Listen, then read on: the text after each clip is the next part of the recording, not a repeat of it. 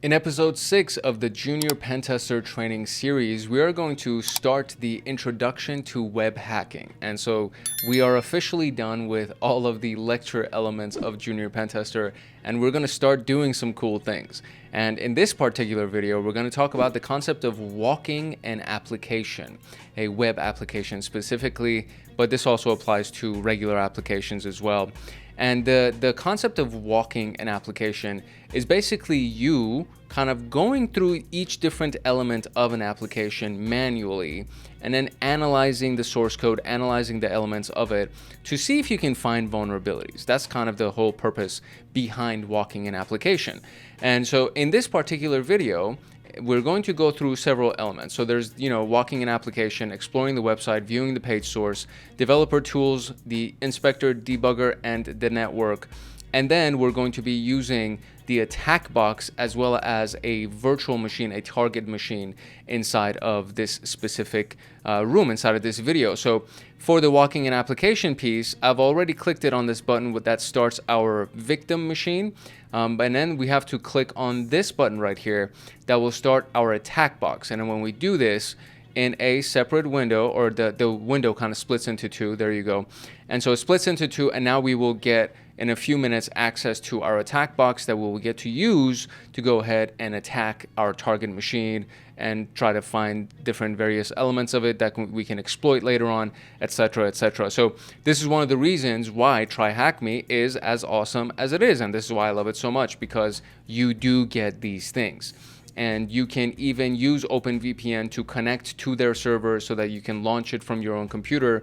But a lot of times you need access to the tools that are required to do these exercises. So when you launch the attack box inside of your current window, like I'm doing inside of my web browser right now, when you launch it like this, it just opens up a Linux machine for you that has all of the attack tools that you would need, right? So this is one of the reasons, again, why I like TryHackMe so much. This room was developed by TryHackMe. So we don't have an individual creator that's been assigned to it. And this is a subscriber-only room. So you do need a paid membership to be able to access the virtual machine and the attack box in this room. There are hundreds of rooms that are available for free that you can go and just create a user account with your email and password and still be able to access virtual machines and attack boxes in those rooms. It's just that this particular room is a subscriber-only room. That being said, it's not expensive. It's like $12 a month or something like that. And if you pay for the year, you get a discount on that. So I always pay for the year because I just want discounts. I love discounts. And it's not expensive. I think it's like $100 or something. And you get access to TryHackMe, all of their rooms, all their virtual machines and everything for an entire year. And universities use TryHackMe. A lot of different schools in a lot of different countries use TryHackMe to educate their students and to give them real world experience without being exposed to felonies and having to worry about things like that. So that is my spiel, right? That's my overview of it. This is the reason why I love this platform so much. And I feel like everybody, if you're serious about cybersecurity and hacking and things like that, I feel like everybody should get access to TryHackMe. So that is it for our overview today. And we're going to go into the walking of an application. If you're serious about your CySec education and want access to me on Discord, consider joining Hackaholics Anonymous. We have 4 tiers: the supporter, agent, guardian, and master, and each tier gets their own Discord server and early access to content. The agent, guardian, and master levels get exclusive content, exclusive downloads, monthly Python automations, live streams with me every month, plus so much more. And to join, you can simply click the link in the description below, or you can go to our homepage and click the join button there, or you can go to youtube.com/@HankHacksHackers/join, and you'll be able to join Hackaholics Anonymous.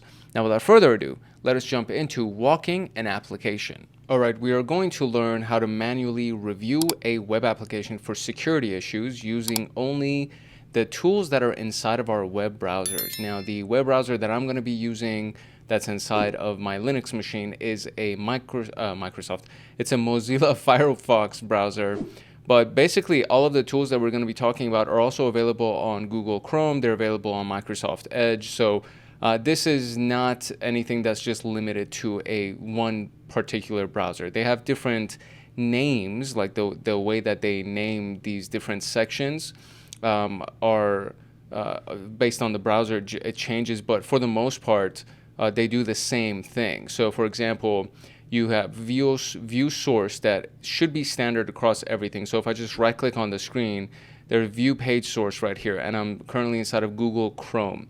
When I do this, it takes me to the source code of the website, right? So this is what the source code of the website in this particular case. I think I need to zoom out because it's like fully zoomed in right here.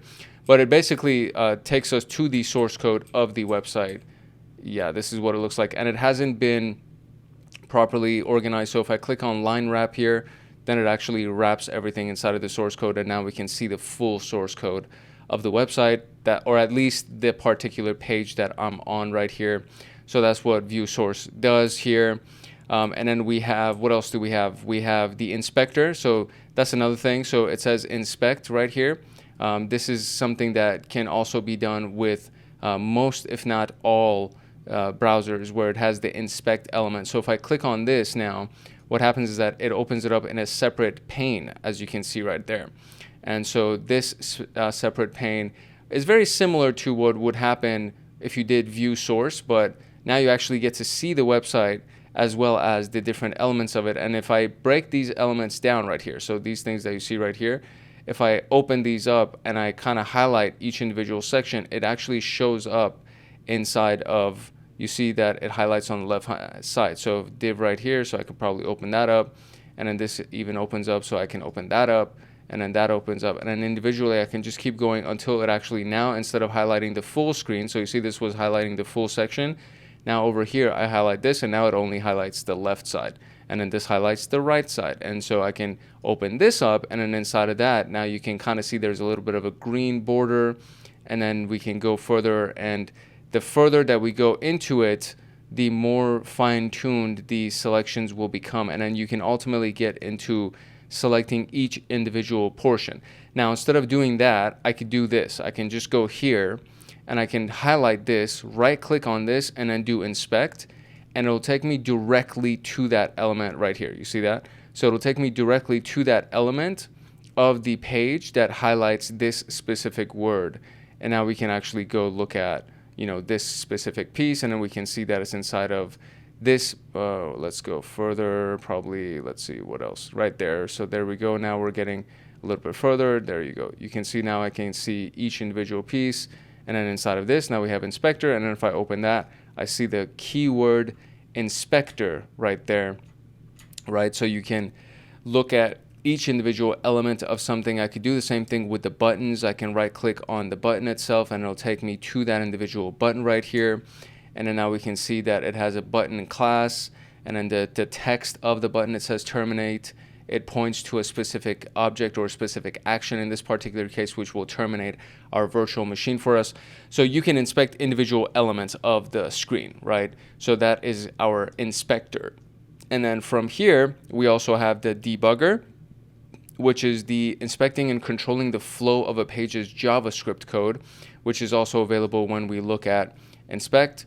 And in my particular case, it's not known as the debugger. I think the debugger in my case might be sources, no, network, performance, memory. I think it's either network or sources in Google Chrome. Debugger is specific to Firefox. That's the term for Firefox. So we'll see what that looks like in Firefox. And then, of course, there's a network, so it's all the network requests. So it was source. I think for me, on Google Chrome, when we click on sources, I believe this is the debugger, is that they're referring to, and then the network piece is the same both on Google Chrome as well as on Firefox. And it should probably still be the same on Microsoft Edge as well. So I've already clicked on Start Machine. We already have this thing running. It's been running for a few minutes, and I've already opened up my attack box as well, because we need the attack box to be able to connect to this specific IP address because it's within the network of TryHackMe. If you want to use your own machine, if you want to use your own computer to connect to that, you would need to connect to TryHackMe via OpenVPN, and then just click the Start Machine right here. and it'll populate this link for you, which is basically the same IP address. So if you pay attention to it, this IP address right here, 10.10.218.125, is different from the attack box IP address, right? 10.10.166.60. So this is the actual IP address that we're going to get access to when we open up the Mozilla Firefox browser and start analyzing it. So you can actually access this from your own computer without starting the attack box. You just need to connect to the TryHackMe server via OpenVPN. All right, that being said, the entire our lab environment is set up. So now we can actually open this up inside of Firefox and start doing some independent research. We can start walking the application. All right, so our role as the pen tester when you're looking at a website or some kind of a web application is to discover the features that could potentially be vulnerable and then try to exploit those features to assess whether or not they actually are vulnerable. And these features are usually parts of the website that require some kind of interaction with the user. So for example, you click on something, that's an interaction. You fill out a form, that's an interaction. So finding interactive portions of the website can be as easy as spotting a login form to manually reviewing the website's JavaScript. So it could have different levels of complexity. An excellent place to start is just within the browser exploring the website and noting down the individual pages, areas, features with a summary for each one. So for example, a site review of the Acme IT support website can look like this. So we have the homepage, that's at this, and then we have the latest news articles, contact, customers login, that could be, that's probably a form, the contact page is probably a form, customer sign up is a form, customers reset password, customers, just the customer dashboard itself, creating a new ticket, their account overview, and logging out, right? So we can look at each one of these things by actually going to the website. This is just kind of an outline that they gave us. So I've already opened up Firefox on the side right here. You can see it's super zoomed in because I'm actually zoomed in on my screen. So just to kind of make it a little bit easier for you to look at it. So let's go to this address, which is the 10.10.218.125 .p.thmlabs.com. So 10-10-218-125 and then go .p.thmlabs.com. There you go. That's what it is. And there you go. So now we have the Acme support website, right? So when I land here, we are technically on the root page right here, the home page, which is what we can see via the domain. So if I go to the domain, we should not be able to see anything at the end of the domain. I did not want to save it to my remove the bookmark. So if I go to the very end of this, we can see that it's basically just thmlabs.com, right? That's all I have right there. So I can go to /news, or I can just click on this right here and then click on news, and it'll take me to thmlabs.com/news, right? So this is what it means to manually walk the website. And then we can go to news article, and then there are some queries or some kind of parameters that have been passed to this. So it could be article, and then anything after the question mark is part of the parameters or part of the arguments that we can pass to it. So a parameter would be the ID, and the argument for that ID is the number 1. And this is part of a query that's being passed to the website. And so it says that some articles seem to be blocked and reserved for premium customers only. So that could be something that we would potentially want to access. So if I go to the news location, so we have, let's see, welcome to Acme IT support. So this is accessible to us. That's an article. So if I go to the end right here, we can see that the article ID is 1 right here. So that's 1. We can go click on this one, and that's also accessible to me, and that would be article ID 2. All right, so that's still publicly accessible. The third one, tips to keep the printer working. So this is for premium customers only. You can go to the contact us page, or if we scroll down, I guess I can't see it, right? So it's been blocked off because it's only accessible to premium members. And so we can see that right here. And I could even go up here because of the fact that the parameters are actually visible to us. I can actually change these and go to 2, for example, and it should take me automatically to the second article, which it does.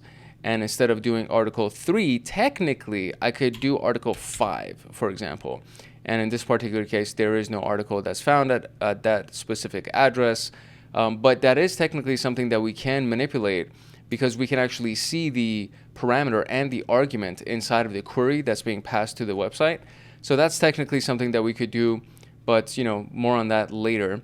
We also have the contact page. So if I go to the menu and click on contact, it should take me directly to the contact path, as you can see. So you can kind of get an understanding of how this whole thing works, right? So there's basically something that is available to everything. So if I click on customers, now it should take me to the customers. Now it's actually taking me to customers login, because before it gets to the direct customers page itself, where we actually get to see our own dashboard, we need to actually create a login.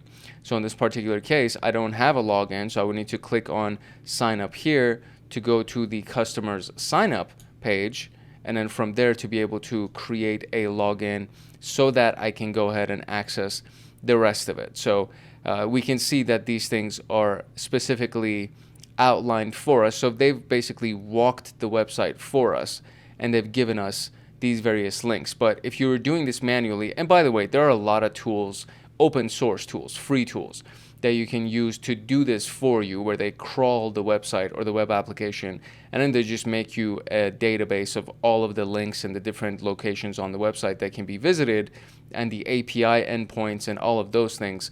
So this is not something that you have to do manually, but it's very important for you to understand how to do it manually and what it means to do it manually, so that you can better understand what these tools can do for you and how to actually leverage the tools to get the most out of them. So we are starting, obviously, with the manual walking through. So that was it for exploring the website. Now let's look at viewing the page source, which I've already kind of demonstrated to you, but we're just going to go through the documentation notes here.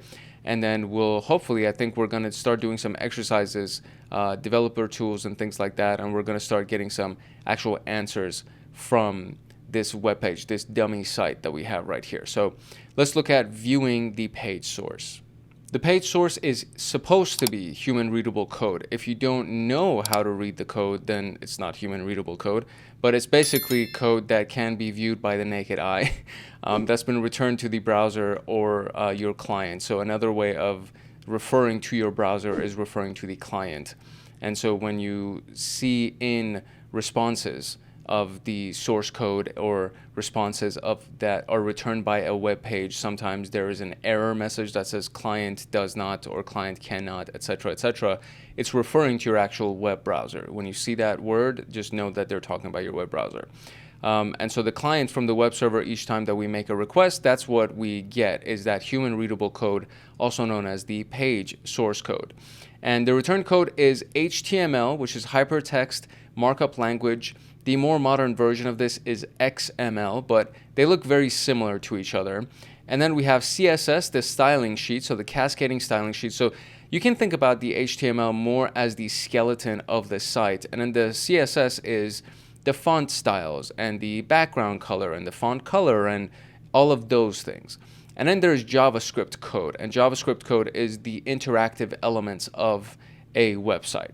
And so these are the things that tell the browser what content to display, how to show it, and even add elements of interactivity with the JavaScript. So for our purposes, we're going to look at it to see more information about the web application that we have. So as you can see, you can just right-click on the page, do view page source code, which is what we can also do with our dummy site. And we can even do something like this, where you just do view source and then put the website after the fact, and you'll be able to see that. So if I actually take this and copy that and then paste it into my browser here and then just press enter, now I'm actually looking at the source code for google.com, right? So this view source option is actually something that is supported by most web browsers, if not all of them. And then you can also find the browser menu and find an option to view the source code, and this can option be in the sub menus like developer tools or something like that. So if I click right here, which will bring up the browser menu, and then from here I think I go down to more tools, and then from there I can look on developer tools. I think that's where it goes to. and then the developer tools will take me to the source code, because I don't see anything from the full menu that will actually give me the source code. So it should be inside of developer tools, which will open up that sidebar menu that we can see right here. And then now we can click on sources, which will give us the individual source code for all of the various elements of this. So for example, walking the application, which is the current room that I'm in, you can see that now I can see the source code right here, which would be very similar or pretty much identical to if I just click this and did view page source, and now it gives me this, and then I can do line wrap, and now I can see all of the source code that is also available when I click on the walking application element right here. So under the tryhackme.com, we go into the room and then walking application, and now it gives us all of that source code. So all of these different elements are parts of the website and the page that we're on. For example, fonts from Google APIs, that's actually using these various fonts, right? So that happens to be a part of the CSS, right? The HTML is the skeleton, the CSS is all of the visual elements, and then the interactive elements are JavaScript. So keep all of those things in mind. So just to kind of explain that to you, so add 1 hour. So if I click on this and look at inspect, it'll take me to that specific button. So let's do that one more time to make sure that I'm actually there. So if I click on that, it'll take me to here, and then it's a button. This looks like HTML technically, because it has this open bracket, there's a button class inside of it, then it also has this closing element right here. But because of the button itself, because it's an interactive element, this actually technically falls under JavaScript. Most of the stuff that you can see right here, and then so you see there is no script, and then we can also see style that's inside of here. Div is very, very indicative that is actually an HTML element. So inside of this div, there's this other div, and then there's another one, and then another one, and another one, and then you start seeing these other elements inside of these that start pointing to the interactive elements. And you can see there's literally more divs inside of the divs until we finally get to the button. And then now we can see that the button actually has potential options that it can do. It has different active or actions, that it can do. And those are indicative of JavaScript. So if it can do something, it's indicative of JavaScript. And JavaScript can be animations on a web page. It doesn't necessarily just be like you're going to click on something. That doesn't necessarily mean that is what it is. Because technically HTML can also include button elements that you can click on.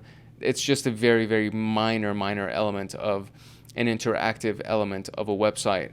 So it's like super, super basic. I should say it could be like this. It's like the highlighting over it, right? So let's see if we can actually see a difference in this button and in the source code of the button from when I highlight over it. So it hasn't highlighted. So pay attention to on the right hand side, it's not highlighted. If I hover over it, now you can see actually something has changed on the code. And then if I get off of it, we can see that it kind of reverts back. And then I hover over it, it changes again.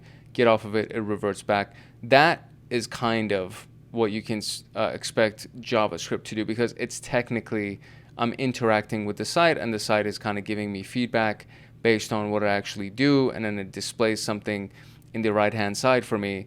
In these right-hand side elements, this section right here, it's displaying something for me that I can interact with, and now that can be considered to be an interactive element, which can also be considered to be JavaScript. So those are the various ways that we can actually see the different elements of the website and look at the page source. So let's now actually look at the page source. So try viewing the page source of the home page. Unfortunately, explaining everything is very well out of the scope of this specific video.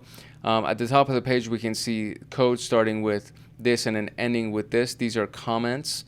Comments are messages left by website developers, usually to explain something. Sometimes website developers actually leave sensitive information in comments as reminders for themselves. So sometimes that's a good location for us to be able to find something. There are links to different pages that are starting with the -A or this, this arrow A thing. And these are HTML elements and the link would be inside of it, referenced by ahref. So when you see ahref right here, you know that there's something that actually is a link. It can be clicked on and it'll lead to some place. So ahref is what you're looking for when you want to find clickable elements. If we go down the page, there's a hidden link to a page starting with the sec for secure, I guess, so SECR.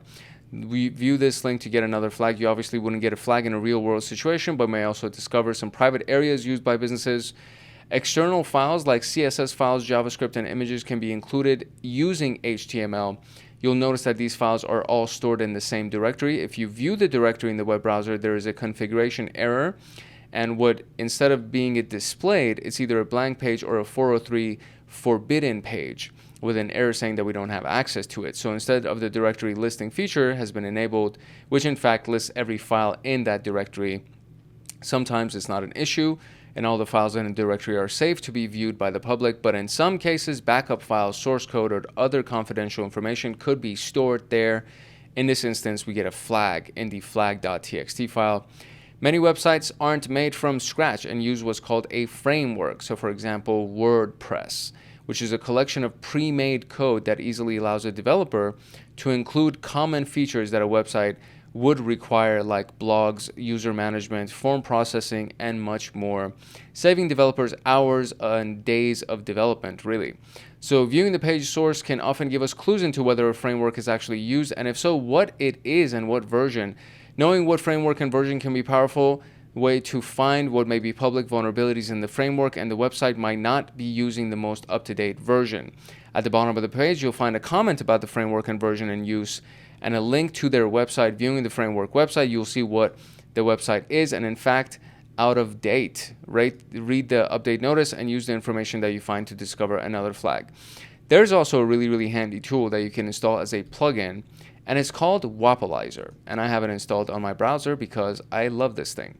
And so Wapalizer will give you a lot of really interesting information about the site that you're on. So for example, they are using on TryHackMe, LinkedIn under analytics, right? So they have LinkedIn, HubSpot, Hotjar, Google Analytics, Facebook Pixel, and Amplitude.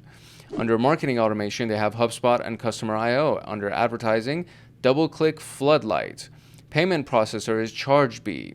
JavaScript frameworks, we have React, Emotion, Styled Components, and React Router. And then you can also see the versions of these elements. You see ChargeBee 2, right?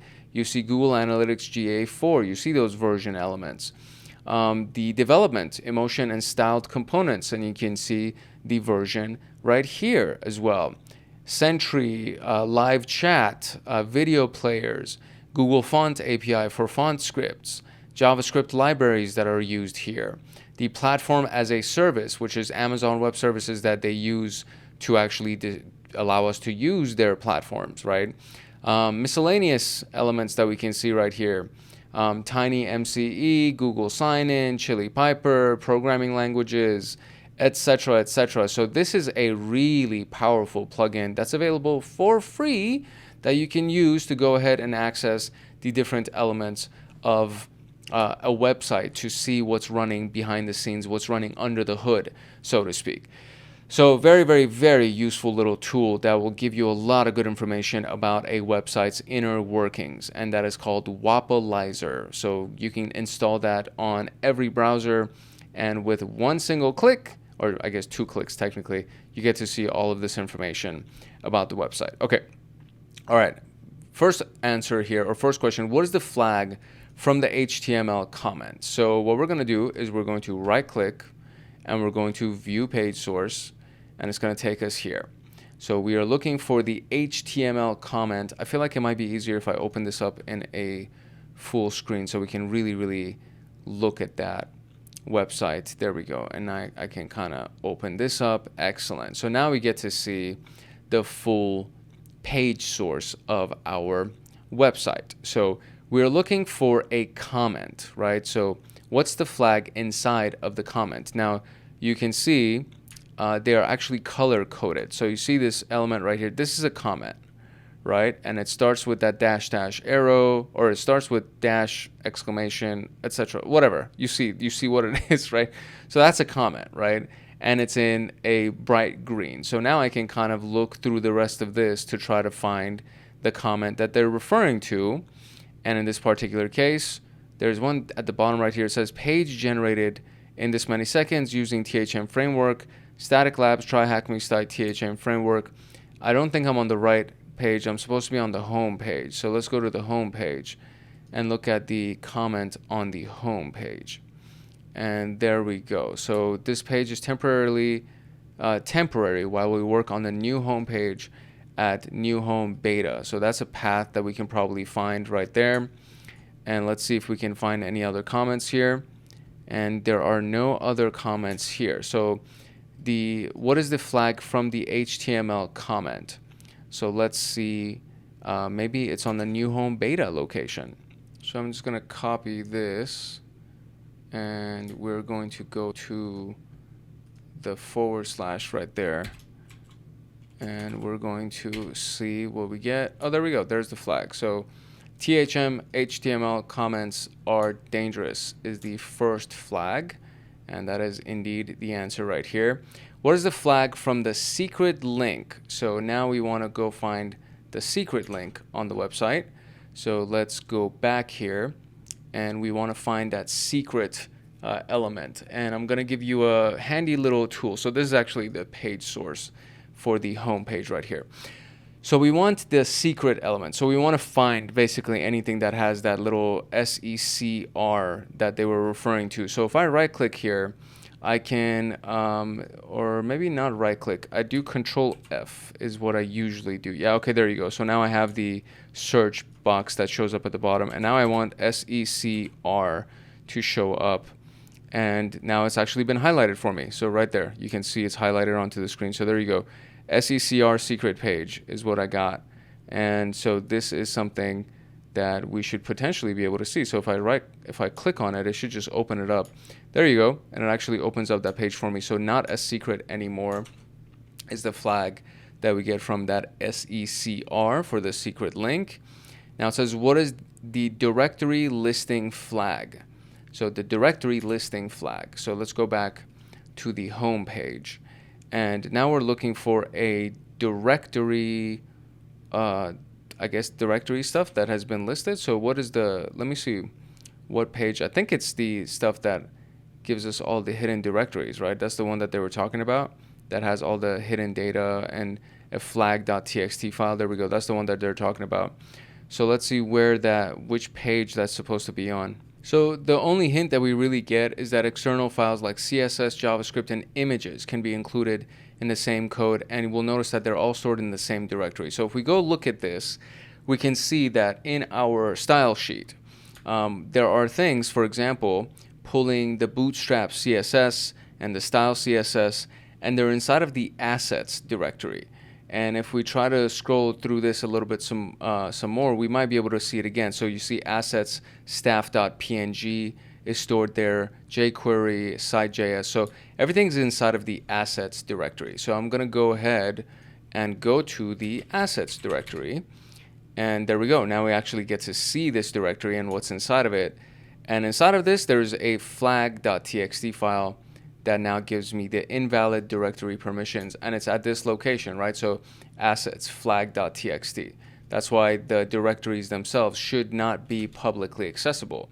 And I'm not logged into this website in any way, so I shouldn't be able to see it, right? So, and there it is. So we have the invalid directory permissions, which is the directory listing flag, and finally, the framework flag, which is supposed to be available on the homepage when we actually look at the framework itself, right? So it says THM framework version v1.2, and then this is the location that it would be at in this specific place. So let's just go and copy this, and we'll just open a new tab and go to that location. And so here it is. So home changelog documentation. So let's see if we can find the flag, and maybe it's inside of the documentation. So documentation is pre-installed, Once you've installed the framework, navigate to this. on your website, you can log in using admin and the password admin to be able to find this. So now we can go to this location on our actual website, which is this guy right here, and use admin to see maybe we can actually use those. Maybe the guy who created our site didn't do anything for us. Oh, look at that. So he did not change the default credentials, which is a big deal. Oh, that's not that's not even the flag that I'm supposed to find. So it says the framework flag. So keep your software updated. So that's not the flag I was supposed to find. I found a flag, change default credentials. That's definitely an issue. But it's not the flag. That's so funny. It's not the flag that I was supposed. So maybe it's the version flag. So oh, I see. So we've had an issue with the backup creating file in a web directory called tmp.zip, which potentially could have been read by website visitors. It's now stored in an area that's unreadable by the public. We've added backup in the admin portal, etc., etc. So we are currently in version 1.2, right? Because that's what the source code said right here. Yeah, so we're in v1.2, and they're saying that, oh, I keep going. Okay, so in version 1.3, they've created the thing which is now publicly not available, but we're still in this version. So we should be able to go to tmp.zip on the website to be able to find what they're talking about. So if I go here, tmp.zip, no, not tmp, tmp.zip, and see if I can get that. So, okay, so there is that. Now we have the zip folder, and there's a flag inside the zip folder, and there you go. Keep your software updated. That's where it is. So that's what the version, the framework flag was. The framework flag was keep your software updated, and it was housed inside of the framework website under the changelog. And since we're technically still version 1.2, we saw that this bug that they fixed, that glitch that they fixed for version 1.3, we don't have that fixed because we're still running an old version of the website on our framework. So that's the issue that we had. And I found the admin credentials, I guess, too early. I found it in advance. But now we got that too. Okay, cool. So now we can look at developer tools. Developer tools is going to be the next section, or the next several sections that we're going to be focusing on right now. And this one is something that comes pre-installed with every single website. You've already seen it multiple times in this video. And this is a very powerful tool. And you could actually even interact with the web browser through various scripting because of the developer tools suite of tools that are available. And depending on what browser it is that you're actually using, there will be different ways that you can access it. So for example, just to kind of show you what it is. So when you click on view site right here, it brings this series of options for you just to show you how to access developer tools. So for Firefox, you click on the hamburger menu right there, and then you scroll down and you get to more tools. And then inside of more tools, you have the web developer tools. For Chrome, which is basically what I have, you click on this button right here, you go to more tools, and then you have developer tools, right? For Safari, it's a little bit different. So it's the Safari menu, and then you go to settings right here, and then you have to turn on show developer tools menu in the menu bar under advanced. And then when you click on develop, you could actually see show web inspector, etc., etc. So of course, Safari would be the one thing that ends up being most different from everybody else. In Edge, you click on the menu, you go to more tools, open up developer tools, also can be done with F12. And Internet Explorer, same thing, you just click on the menu and you do F12 and you get into developer tools. So once you do that, you get access to everything else. For example, the inspector, right? So the page source doesn't always represent what's shown on a web page. This is because CSS, JavaScript, and user interaction can change the content and the style of the page, which means we need a way to view what's being displayed in the browser window at this exact time, which is not what's available through the page source. So if you can remember when I hovered over that button and then things were changing in real time, that's why the inspector is so powerful. So the element inspector assists us with this by providing us with a live representation of what's actually on the website. As well as viewing this live view, we can also edit and interact with the page elements, which is helpful for web developers to debug issues on the Acme support website, we can go into the news section where you'll see 3 articles. One of them, as you already saw, is not available to us. So they put a metaphorical wall in front of the content that we want to see. So we can actually get rid of that wall, the paywall. And I've actually done this with, what is it, like Forbes.com and NewYorkTimes.com, because they also have a similar thing like this. I've actually done this, and I've been able to see the stuff that they hid behind their paywalls by just disabling the paywall. And so this is something that you can do. This exercise that we're using right now, you can actually do it to get past the paywall for many websites, and it's pretty cool. It's a nice little option. It's a nice little tactic. So you should be able to see the inspect option from the menu, which opens the web developer tool, and then you'll now see the elements that make up the website. So premium customer blocker is the actual name for this class. It's not usually going to be that. So what you'll have to do is you'll have to actually go through the site itself to be able to see what the blocker is, right? So I can kind of get rid of these for now. So when I click on the one that's blocked from us right here, then I can click on, for example, this piece right here, this article from so just to make sure that when I click on inspect, it's going to open up that specific element for me. And then now I can see at the bottom right here, this piece right here, if I highlight that, you can see that it's highlighted on my web page. If I highlight the box that it's containing, this div class right here, when I highlight that, now you can see on the actual web page, it's also being highlighted, right? So the div class, premium customer blocker, etc. That's how you can see what these things are. So I don't know, let's do stock news Forbes. Let's do that and see what we can get. So this might actually not, maybe let's do New York Times. I'm trying to get an article that might be blocked so that I can show you what it actually looks like. Okay, so perfect. So New York Times, I just did New York Times stock news, and then the first article link, which is stocks take worst one-day tumble in almost a month after the Mideast strikes. And we can see that I can't access it because now it says create an account or log in to be able to access this, right? And I also have ad block right here that's blocking this whole thing. So I'm just going to close that out for now. And we're going to close that out for now. And so we want to see if there's a way that at the very least we can identify this. Now, I'm not going to spend time and energy to try to disable this because it's easier to do it on our dummy site, but I can just highlight that, click on inspect, and it'll open this up. And then now in this element, we can see right here, this piece right here is inside of this whole, where is it? It's inside of this, nope, we go up a little bit more. Inside of this, no. Inside of this, no. Let's see if we can find the full box. There you go. That seems to be the full box. This seems to be the box right here. So inside of this box, this seems to be the one where we can potentially turn it off, right? Ideally.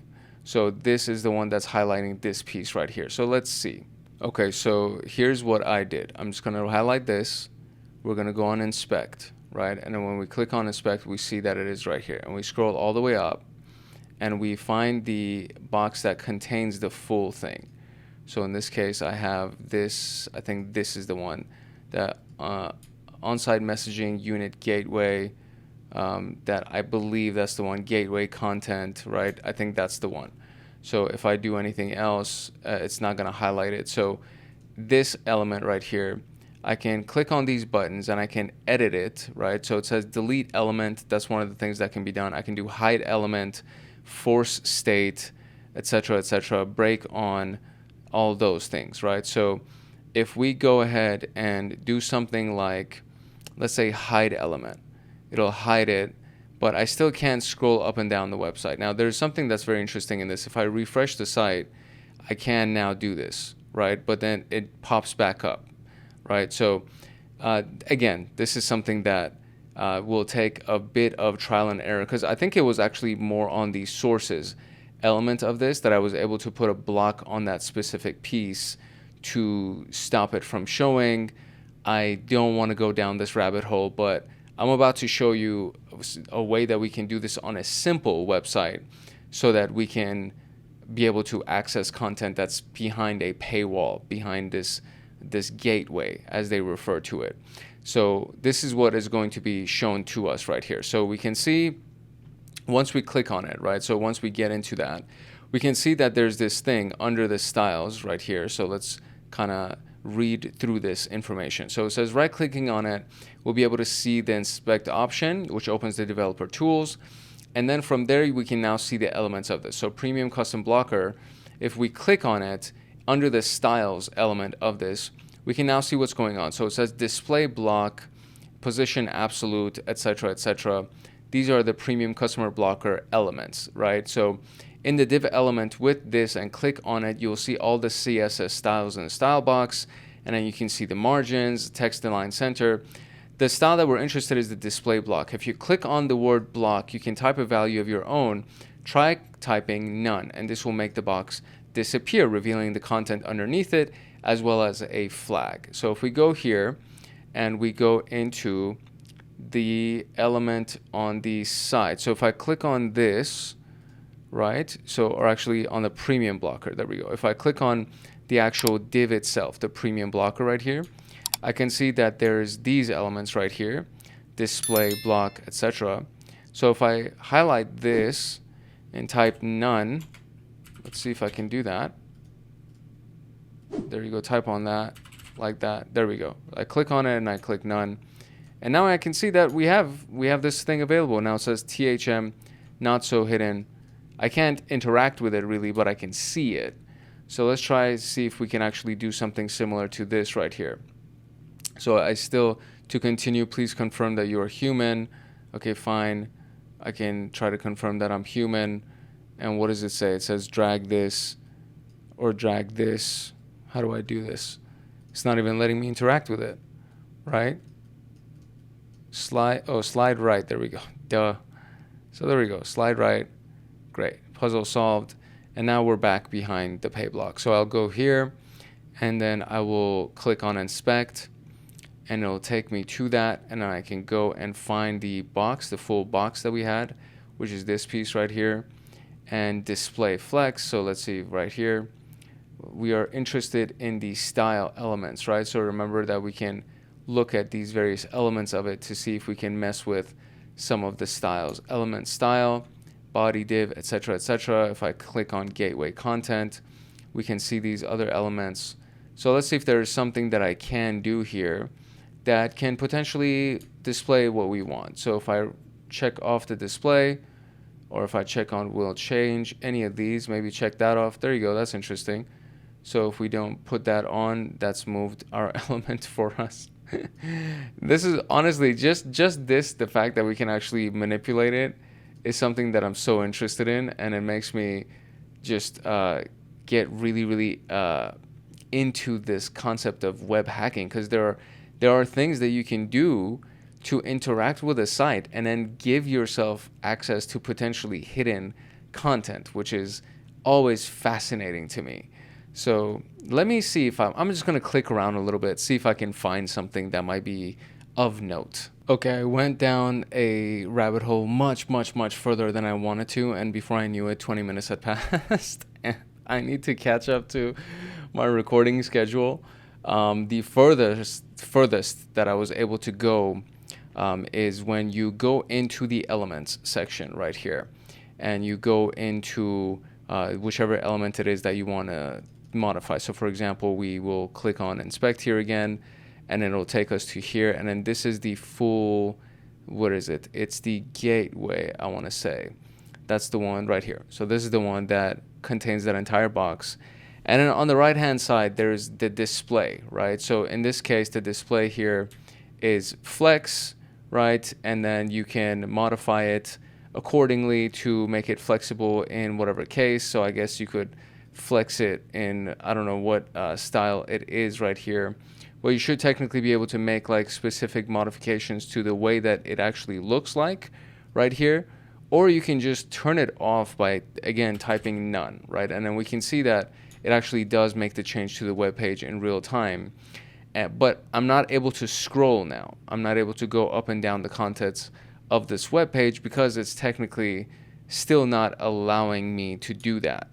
Now, there's something that we can do here, where you can go to sources, and then your sources can be stored on your local machine. The modifications that you make on it can be saved on your local machine, and you can technically kind of like mess with them. So if I can save one of these things, and it's already working because it has the New York Times folder right here. So if I can select my local folder, and then do you want me to allow it to edit the files? Yes, I want it to allow edit the files.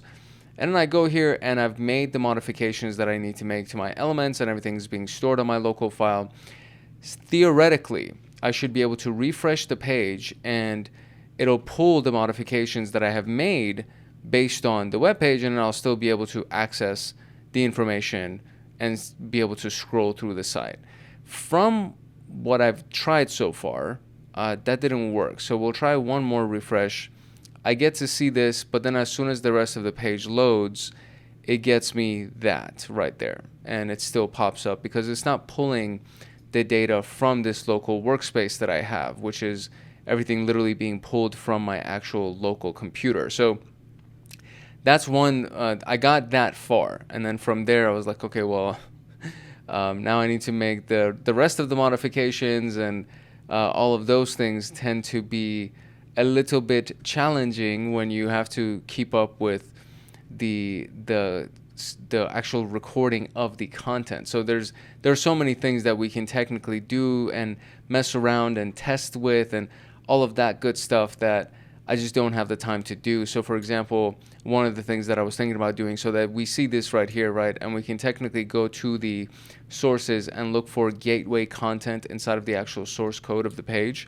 So if I do a search for gateway-content, it doesn't actually, that's not even there. So the gateway content is not even an element that I can modify. So that means that I need to be on a different source to be able to modify that. And it just runs away from you. Next thing you know, it starts running away from you, and you spend like an hour trying something. So I can say that in our little environment, it did work, right? In this little environment that we had, because it's not as complex as the New York Times website. It did work, and we were able to retrieve the flag, not so hidden. But I do need to move on to be able to get the rest of the stuff for you. So we're going to move on to developer tools and the debugger. The debugger is an interesting part of the developer tools because it allows us to actually manipulate JavaScript. And again, it's for web developers to do troubleshooting and debugging, but we can technically use it to mess around with the JavaScript of the web page. Inside of Google Chrome, it's called Sources, and for Firefox and Safari, it's called Debugger. And I think even on Microsoft Edge is also called Debugger. So basically, when we click on the contact page of the practice website, every single time that we do it, and I've already done it, so it's kind of like I forgot to resume recording, but every single time that you do it, you should see like a little flash that pops up. So if I go to the contact page, you'll see a little red flash, hopefully, and it seems to, come on, let me see if it actually does it. There you go. So you saw it. So if I refresh the page, it should kind of display this little red box. It doesn't do it every single time, but there is a red box that like literally comes at like one little quick flash onto the screen. There you go, just happened again. And so there's something inside of that red box, and that's technically a JavaScript bug that we need to fix to see what we can do. Now, when we actually do that, when we go to the debugger section, something is presented to us, for example, these series of files right here. And so this is what it looks like on the website for New York Times, right? You have all these series of files and folders that contain everything on the website that you can technically, you should be able to interact with. So when you go into that location on our dummy website, we have something called the Flash JavaScript file, which is what we can see at the bottom right here. This is the Flash JavaScript file. And when it's originally loaded, it doesn't look like this. When it's originally loaded, it just comes in as a, let me kind of close it. There you go. This is what it looks like.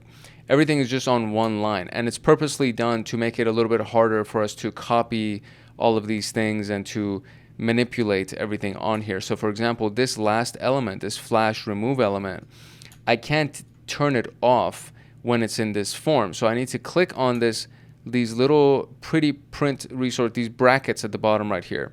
When I click on that, it opens it up again, but it just has a prettified version of it for me. And then now I can see actually this one line at the bottom, this flash element, is actually something that I can click on. So when I click on this, now turns blue, and this line item has now been disabled, for lack of a better word. So now when I reload the page, it actually says debugger paused, right? And it has the flag on the screen, which is THM catch me if you can. It's a little bit hard to read, but we actually can see it now. And that's what's very, very useful about this element, because now we actually get to see it. I think I might even, no, I can't right click on it, but it definitely is available onto the screen for us. I'm trying to see if there's like a way that we can see what's inside of it, but it's not, but you would have to just manually type this specific flag, which is the catch me if you can flag. And so what we just did is we created something called a breakpoint. Every time that you click on these little lines right here, you can turn breakpoints on and off, right? And that's where the debugging element of it stops. And debugging and breakpoints are just a normal part of web development, software development, because debugging is when you're trying to figure out why a piece of software, a piece of code isn't working the way that it should. And that's basically exactly what we had to do to be able to find this specific flag. And that's the lovely use of the little debugger tool that can be used to find elements on a web page, or to try to kind of debug elements on a web page. On our specific case point with the New York Times, and again, I feel like this was like a really bad example to try to display, because New York Times website is fairly secure and they've done a good job of securing their development. This is the element right here that actually has our container, right? The container that pops up onto the screen right here. And inside of that element, we also have the app element or the container element is inside the app element. So I've technically tried to debug both of them like this and try to run it to try to see if it actually works. So this is this is running without me trying to debug it, and it still pops this up onto the screen. And then so we can try to debug the line with the source code right here for the gateway container, and then even like all of the other elements after the fact that kind of just fall under that whole container. We could technically try to debug all of these elements. Let me see if I click shift, if it'll, no, I still have to manually click all of them. So you can technically try to debug all of these things, right? Because it all falls under the gateway, which technically just kind of is highlighting the whole piece for us right here. It's like a whole bunch of stuff that's under the gateway that we can just click one after another and keep going to see if we can actually turn off this whole thing, right? And maybe or maybe not it'll work, but the few times that I did it, technically when I click on this one line, it should just debug everything underneath that. But right now, I'm just gonna click on everything and see maybe if that'll work, because when I tried to do it with just that one line, it didn't work. And I'm very, very curious to see, because I did this a long time ago, and I'm pretty sure they've probably fixed their website since then. But I did this such a long time ago, and it actually did work, and I was like, okay, wow, that's kind of cool. But they probably have fixed that glitch, and now they're able to completely block it off, and even if you refresh the page, it wouldn't be able to show it to you. And this is a whole bunch of stuff that I would have to click. There's like hundreds of lines that I would have to click to get back out of that, which is kind of insane when you really, really think about it. So if I collapse this element and just use this piece, right? So if I collapse that whole thing, there you go. See, if I collapse that and just debug this whole thing, it should technically highlight all of the lines, but it doesn't. So that's the one piece that I'm like, man, that would suck. If I could, I would, but it doesn't seem to work. So we'll try it one last time, see if it'll actually stay off. But for the most part, yeah, it's not staying off. So, you know, that's me at least trying to do it against the New York Times website. Let's move on to the developer tools for the network. The network tab on our developer tools can be used to keep track of every external request that the web page makes. And when you click on it and you refresh the page, you'll see all the files that is actually being loaded. So if I click on the network tab right here and then go ahead and click on refresh page, we'll see all of these elements actually being loaded underneath it. I don't know why. Oh, the debugger. I need to turn off the debugger. So let me turn off the debugger and we'll click on network one more time and then we'll refresh the page.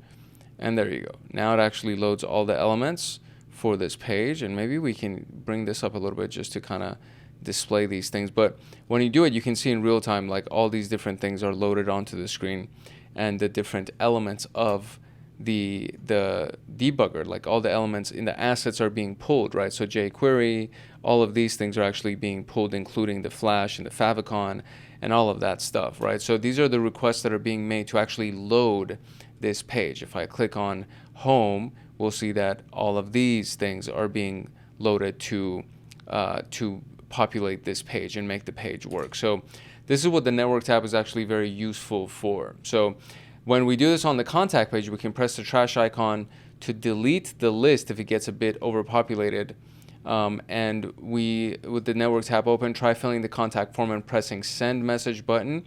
You notice an event in the network tab, and this is the form being submitted in the background using a method called Ajax. And it's a method for sending and receiving network data in a web application without interfering by changing the current web page. So if we actually go to the contact page and submit it, we can see that there's a message that's been generated that will be sent, right? So examine the new entry for the contact form and create the web page data was sent in order to reveal a flag. So we're going to go to the contact page. It's going to load the contact page. I'm going to create a little message. So Hank hacks hackers, right? I don't think that even matters really. And then here is the message. And then click send message. And then now we can see that there's a new message right here, the contact message right here that's been loaded, and says contact form sent, right? So examine the new entry, which is the contact message right here, and see if we can reveal a flag. So this is the contact message. Let's examine it to see if we can reveal a flag. And there it is. So it says X flag, THM header flag. I wonder, yeah. Nope, that's not it. So God Ajax flag is the one that we're looking for. So there's a header flag in here, and I guess I'm looking for the Ajax element to get the Ajax flag for this. So let's see where we can find that. Oh, all you had to do was just double click on it. So when you double click on it, it opens the flag THM got Ajax flag. That's it. So literally all I did was just double click this, and it opened it inside a new tab, and then we were able to see the contents of it. All right, just like that, we were able to finish the exercises for our walking in application. And you can see how this actually kind of applies to a real world scenario, for example, the New York Times. And this is actually one of those things that you can probably try without really getting into trouble. You can just go to a website, see what you can turn on and off, what you can debug, and how websites send information, and what's pulled when you send in information, and what's generated when you send a message, and all of those things. So I think this is actually kind of fun. I nerd out over these things, so I always find these things fun and exciting. And I think this is also something that you can probably kind of experiment with in your own time, and look at websites that you might be interested in and see what you can pull from those websites and what kind of content and information is available to you. And it should be fun. It should be exciting to do. And I always err on the side of caution, but for this specific exercise, it's very hard to get in trouble for this one unless you're trying to rob somebody of money from a bank account or something like that. That part might be a little bit of an issue, but if you're just trying to find information or view pages that are behind these paywalls, should be okay. You shouldn't get into much trouble for that, or really any kind of trouble. I'm going to say that you can't get into any kind of trouble. But that was pretty much it, right? So we did like some really, really good work with this, and we learned how to just do a basic pulling of the application itself, just kind of like walking the application, looking at the different pages that are loaded on the application. We looked at what the page source can be for us and what can be found inside of the page source. For example, hyperlinks that go into different parts of the website, hyperlinks that can hold assets that are being loaded on the website, and maybe on those hyperlinks could be a spreadsheet that has data about their customers. That could be a thing. We also saw the developer tool and how it's different from just looking at the page source, because the page source is kind of the static code that pulls up everything for the website. The developer tools is a live interaction with the site, and every time that you click on something, you'll see how it's highlighted inside of the inspector, and then what it does inside the debugger, and what it does inside the network. And there are so many other elements to it, because there's the memory, there's the performance, there's the console. The console is a very, very interesting part of the inspector and the developer tools, because you can literally type code at the bottom right here, and then you can interact with the website by just typing code. And assuming that it supports Python and all of those things, there's just so many different things that can be done on this that is just very, very exciting.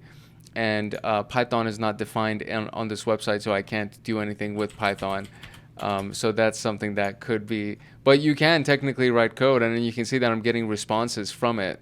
So refusing to connect and all of these elements that happen when you load the page, it's all just very, very, very interesting that I geek out over. I don't know if it's something that you geek out over, but this is a part of pen testing, and this is one of those tools that's readily available on any web browser that you can use to interact with a web application. So I don't know, I'm going to stop talking, but that's pretty much what we did in this video today.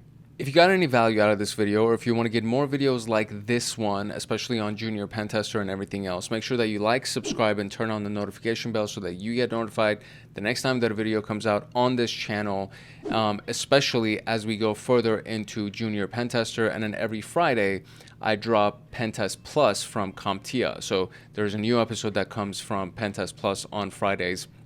And then we're going to go into CYSA Plus, and then I'll probably go into Server Plus, and there's the AI for cybersecurity. There are so many pieces of content that are going to keep coming out on this particular channel, and I feel like you want to be around for that. So drop any comments that you have, drop any questions that you have about everything that we did today. Maybe if you have any questions about that, or if you just want to say hi or whatever.